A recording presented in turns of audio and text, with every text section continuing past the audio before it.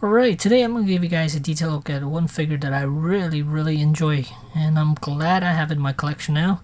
It is Fat Thor from Endgame by Figuarts. So here's the box, nothing too special, I mean it's just a white box. And then on the back, it shows a couple of pictures of Thor, a couple of poses, and that's about it. And here's that figure again, and before I show you more, show you guys what the accessories that it comes with. Here we have some hands.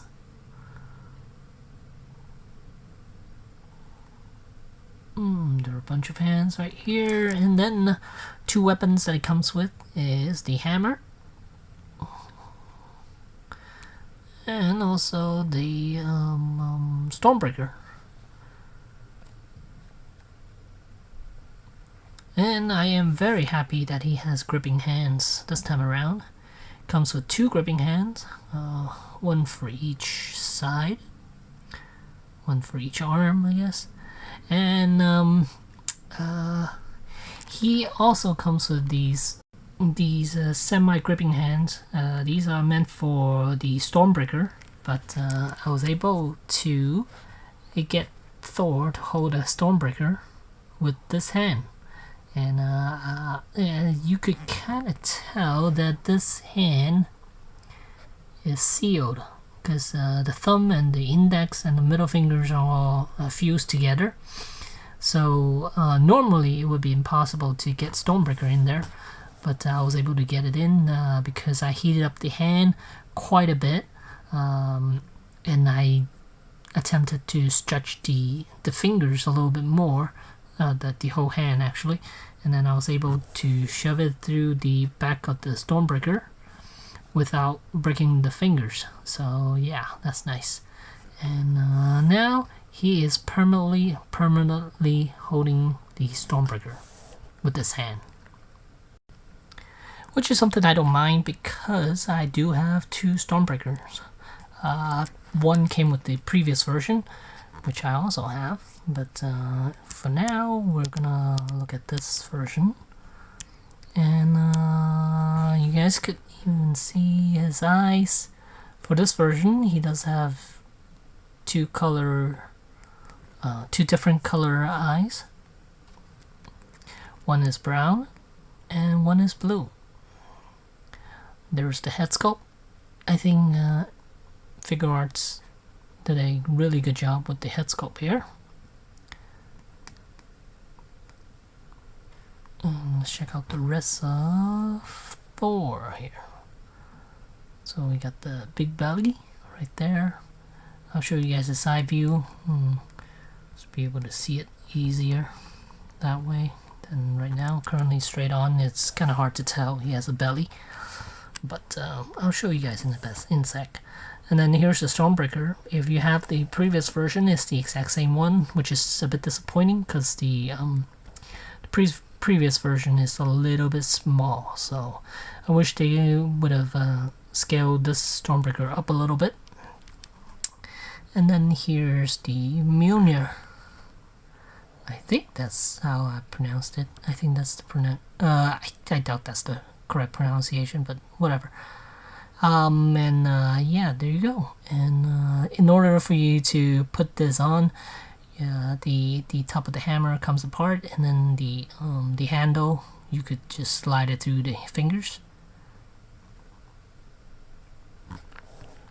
And here's a side view of Thor, and here you could clearly see that big old belly that he has. And he has a cloth cape. And here it is from the back. So here's Thor, and as far as articulation, let's see if I can focus it a little bit more. Okay, head is on a ball joint, but it is somewhat hindered by the hairstyle that he has. It is quite long, and I'll show you what it looks like underneath. So if you pop the head off, you can see there are a couple of hair pieces attached to him. The side here, they attach a rubbery plastic, And then there's also on back of a hair piece right here, which is nice. They added that, and then you just all you have to do is just loop it around the neck, and then pop this piece on over it. And now you have a layer on the back, and it helps with a little bit of movement, so you can have them look up a little bit and look down. So I like that. And as for the arms, it's just your usual SHF. There's a ball joint that attached to the chest, and there's a ball hinge joint right there, and there is no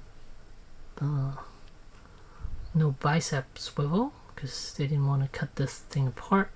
So instead they have a single joint here which allows his arm to move left and right as well.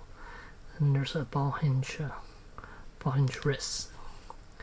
So as far as range, go up to about a little past 90 degrees, and that's it. And then as for the chest, there's a ball joint right there, but range wise it's very limited. Same with the waist. It's also some, oh no, actually the waist is a little bit better. Gonna go back a little bit more, but forward not so much, side to side a little bit. Quite nice. And then as for the legs, these are the ones that lowered a little bit, not a whole lot. I mean, you can see a little bit of gap there. That's about it. And then it's on a ball joint. And then thigh, there's a little bit of thigh swivel on each side. And then the legs, double joint. And then there's a ball jointed ankle. And toes articulation. Alright, so here we have both Thors standing here, and you can see they pretty much has the same outfit on. It's just one is a little bigger than the other one, and you could, I'm not sure if you guys could tell, but as far as reused parts, I think the only ones they did reuse are the lower legs and the feet. Those are the only ones that they reused, and maybe the cape and the Stormbreaker, of course. And head sculpt, I think they did a really good job with this one. Actually, I think they did a really good job with the previous one too. I mean, to me, this one looks better than the Mafex one. Not sure, but to me, this looks better. I always thought the Mafex one looked a little weird. But it does have, that version does have the correct eyes. This one doesn't. It has blue eyes for both. They corrected that, and has a brown eye and one blue eye. Cape wise, they're exactly the same, and yeah, I like it. I like it a lot, actually. Comes with both weapons, and no base for either one of these guys. And at the end of this video, I'll post a couple of photos, which I posted on Instagram as well, so you guys could check it out. And yeah, I got it kind of late to the party with this one, because I figured since I already have the Infinity War version, the one on the right, I figure, why do I need the Endgame version? I mean, it's just a fat version of that one, and I didn't think I need it. And but after seeing the movie a couple of times, I was like hemming and hawing about whether to get this version or wait for the Mafex version. But Mafex, I kind of don't like Mafex because their joints are somewhat on the loose part.